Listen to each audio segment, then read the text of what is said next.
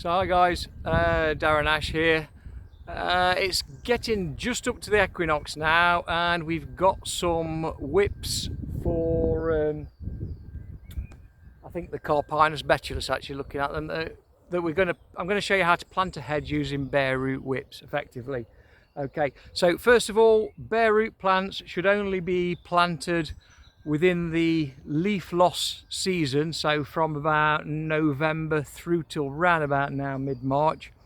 After that they're in leaf and they will dry out because they are, to all intents and purposes, bare root and have no soil around the roots, so they will lose moisture if you let them get into leaf before we plant them. We do buy them bare root, however, because you can get large quantities relatively cheaply. A 2-year-old sapling bare root will cost around about 80p to a pound, whereas a container grown tree of the same sort of size might cost £5 or £6, so there's considerable saving there. So it is common practice to use bare root and to plant pretty much before April. Okay, so I'm going to take you through the process. I'm just going to put my gloves on. I'm going to take you through the process of how to do that. This is a regular assessment for PCA 1 on RHS, but it could also turn up on your endpoint assessment if you're an apprentice. So I was told that we needed to plant these on my exam instructions. I was told that I needed to plant them at 40cm centres.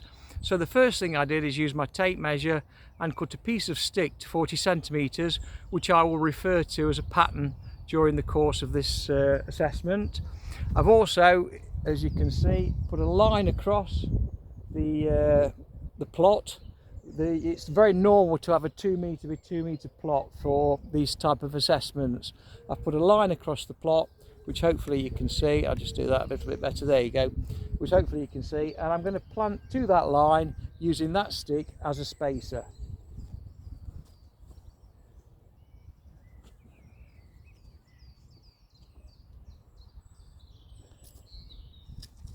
My first plant, I'm going to put in half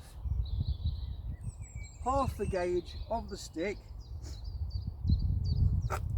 so that it's got room to grow to the boundary. And I'm going to take a little slot out on the line where the plant's going to go in.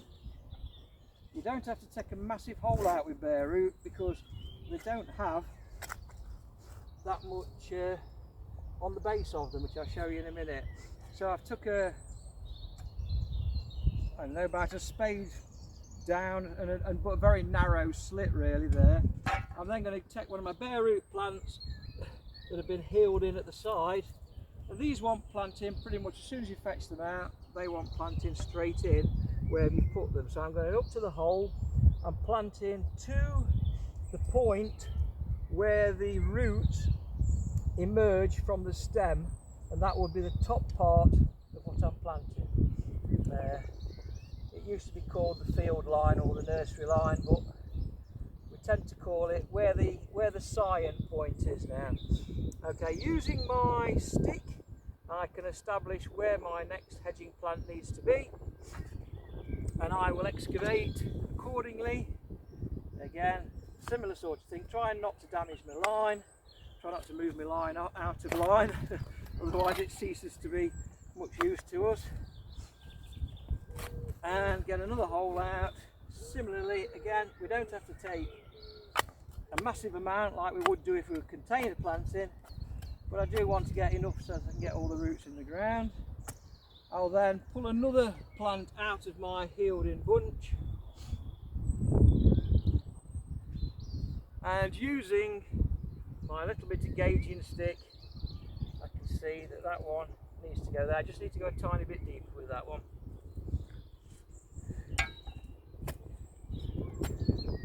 Some plants, bare root like quickthorn, come on relatively small root balls.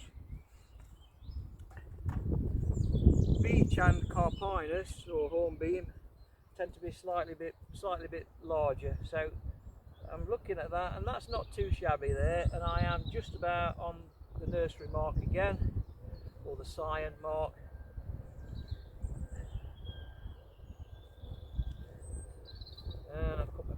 there, like that. I'll firm them up in a little while, don't worry about that. I know I've missed a step out, but I will do that in a bit.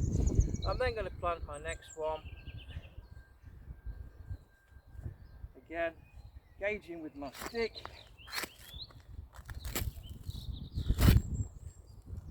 This one I'm just going to notch plant just to show you the difference in technique. You can get your spade in to the right depth and just move it backwards and forwards and create a notch.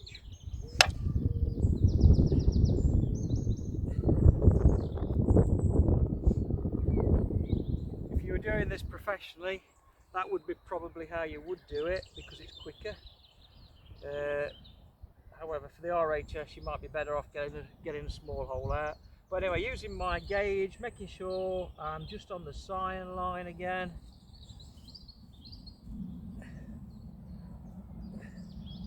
I'm just going to lay that one in there. Lovely.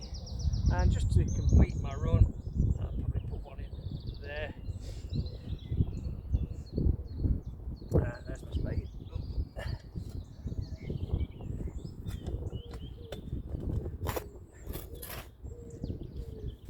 Which I'll do the other way now and get a slightly bigger hole out. Just to illustrate the difference in speed. Doing it this way, the other way.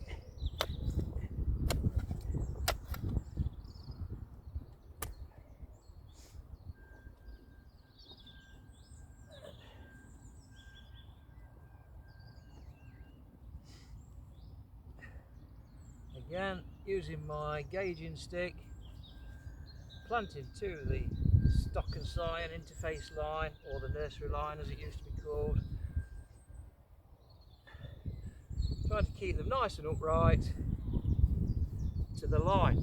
Okay, once they've been planted in a nice line, I can remove my line, it's now no use to me. And we begin the aftercare, which would include just lightly firming around the plant, just to enable the roots to purchase and to retain water when we irrigate, so the water doesn't just drain straight away.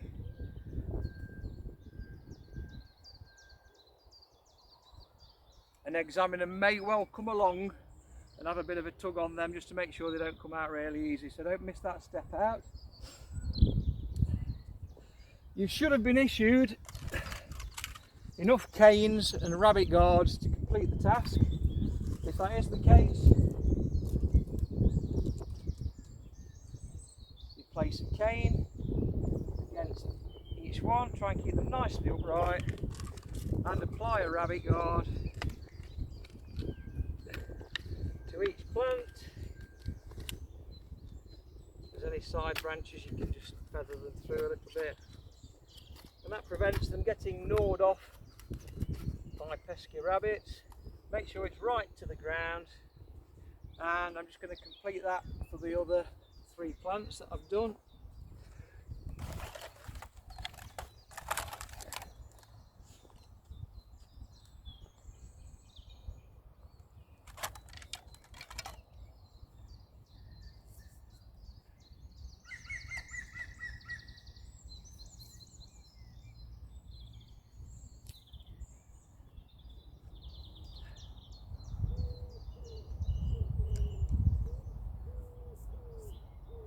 Okay, put the rabbit guards on.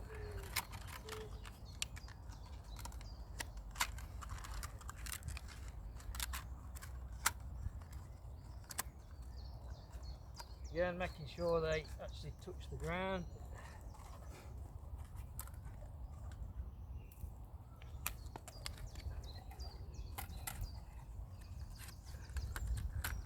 Hopefully you can pick this out. That one's snap. They do get a bit nesh, these, when they get a bit older. I'll put that away in a bit. And my last one.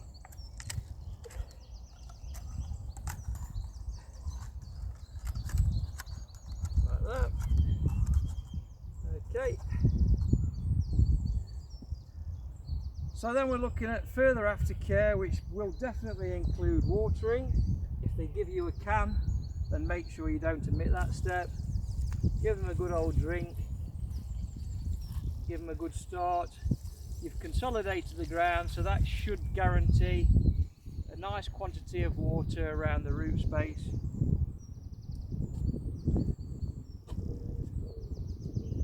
You may also consider putting 3 inches of mulch around them. If you're putting mulch around them, make sure you leave a well around the base of the plant so the mulch isn't right up against the stems to prevent basal rot.